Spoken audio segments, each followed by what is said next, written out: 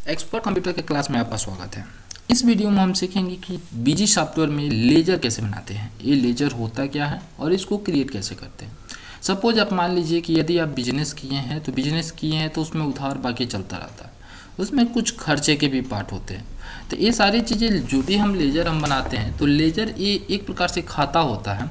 तो खाता को हमें सबसे पहले अगर मान लेते हैं किसी व्यक्ति को बिजनेस में पैसा देते हैं, तो पैसा देने के साथ साथ हमें उस व्यक्ति को उसके नाम से एंट्री भी करना होता है। तो उसकी नाम की एंट्री जहाँ पे हम लिखेंगे वहाँ पे हम चूँकि बोलते हैं लेजर क्रिएट करना, यानी उसके नाम से खाता क्रिएट करना। तो ये बीजी सॉफ्टवेयर में बनाते कैसे हैं, लेजर क्रिएट कैसे करते हैं। एग्जाम्पल समझिए, किसी व्यक्ति से हम सामान खरीद के लेके आ रहे हैं, तो वो व्यक्ति हमारा एक प्रकार से सप्लायर है, और किसी व्यक्ति को चूँकि हम सामान दे रहे हैं तो वो एक प्रकार से मेरा कस्टमर है। तो सप्लायर को सनरी क्रेडिटर के नाम से हम जानते हैं, और जबकि कस्टमर को सनरी डेबिटर के नाम से जानते हैं। लेकिन अब मान लेते हैं कि डेबिटर क्रेडिटर छोड़ देते हैं, इसके बाद से दूसरा खाता यदि क्रिएट करना हो, जैसे कि अगर एग्जाम्पल मान लेते हैं कि कोई खर्चे का पार्ट है, जैसे कि हम सैलरी किसी का भुगतान किए हैं, तो सैलरी दे रहे हैं तो एक प्रकार से इनडायरेक्ट एक्सपेंस हो गया। वेजेज किसी को दे रहे हैं तो वेजेज का भी एक खाता हम अलग एक लिस्ट बना लेंगे, वेजेज का खाता रहेगा कितना किसको हम दिए, तो वेजेज का भी एक हम बना लेंगे। तो वेजेज भी हमारा चूँकि एक प्रकार से क्या है, इनडायरेक्ट एक्सपेंस है। सेम अगर मान लेते हैं बिजनेस हम किए हैं, तो बैंक अकाउंटिंग यानी बैंक से भी रिलेटेड काम करते हैं, तो बैंक का भी अपने यहाँ एक हम पोस्टिंग कर लेंगे, कितना बैंक से आया कितना बैंक में गया। तो बैंक का भी एक लेजर बनाएंगे, उसको भी हम क्या कर लेंगे, अंडर ग्रुप बैंक अकाउंट हम कर लेंगे। तो चलिए हम सॉफ्टवेयर में इसकी एंट्री कैसे करते हैं इसके बारे में आपको बता दें। यहाँ से हमारे सामने सॉफ्टवेयर ओपन है। सबसे पहले यहाँ से देखिए एडमिनिस्ट्रेशन दिया है, ट्रांजैक्शन दिया है। तो जो भी हम काम करेंगे एडमिनिस्ट्रेशन में करेंगे और मास्टर के अंदर करेंगे। जैसे मास्टर के ऑप्शन पे हम क्लिक कर दे रहे हैं, क्लिक करने के बाद से हमारे सामने ऑप्शन ओपन हो जा रहा है अकाउंट का, अकाउंट ग्रुप, नरेशन का, आइटम कैसे बनाएंगे, आइटम का ग्रुप कैसे बनाएंगे, मटेरियल, यूनिट कन्वर्जन क्या होता है, बिल सनरी। अभी हम यहाँ से अकाउंट पे हम आते हैं। अकाउंट पे जैसे हम क्लिक कर रहे हैं, तो क्लिक करने के बाद से तीन ऑप्शन आ रहा है, ऐड, मॉडिफाई और लिस्ट। ऐड मीन्स नया जोड़ने के लिए, मॉडिफाई मीन्स यानी जो खाता हम पहले से बना दिए हैं, यदि उसमें कुछ गलती हो जा रही है तो उसे मॉडिफाई करने के लिए। जबकि हम लोग टैली में अल्टर मोड में ओपन करके उससे बदलाव करते थे। लिस्ट का मतलब चूँकि क्या होता है, देखना। जितना भी हम खाता बनाए हुआ उस खाते के बारे में अगर विवरण हम देखना चाहते हैं तो आसानी से हम देख सकते हैं। जैसे ऐड के ऑप्शन पे हम क्लिक कर रहे हैं, तो ऐड के ऑप्शन पे जैसे हम क्लिक कर रहे हैं, तो क्लिक करने के बाद से हमारे सामने एक प्रीव्यू ओपन हो जा रहा है। प्रीव्यू में जैसे मान लेते हैं कि कोई व्यक्ति है जिससे हम सामान की खरीदारी कर रहे हैं, मान लेते हैं MS कंप्यूटर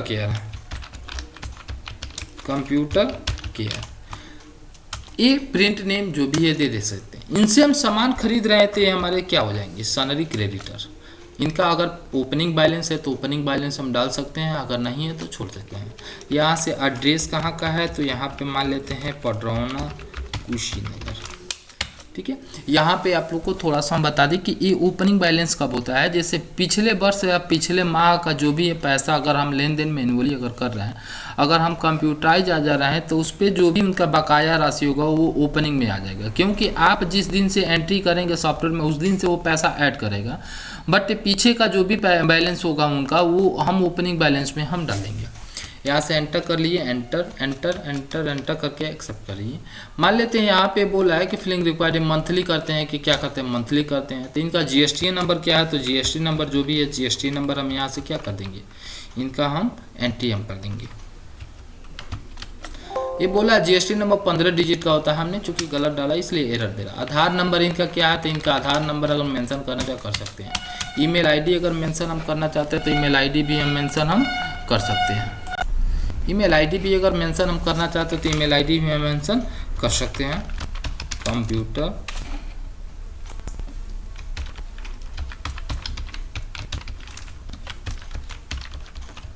एंटर हम कर लिए। मोबाइल नंबर है तो दे सकते हैं, और बाकी सारी डिटेल्स अगर आप देना चाहते हैं, इनका बैंक अकाउंट क्या है, बैंक अकाउंट के बारे में देना चाहते हैं दे सकते हैं।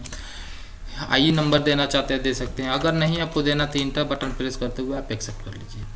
दूसरा ऑप्शन हम एक और एंट्री हम कर लेते हैं, जैसे कि मान लेते हैं कि मोहन हमारे पास है, मोहन कुमार, और मोहन कुमार हमसे सामान लेके जा रहा है।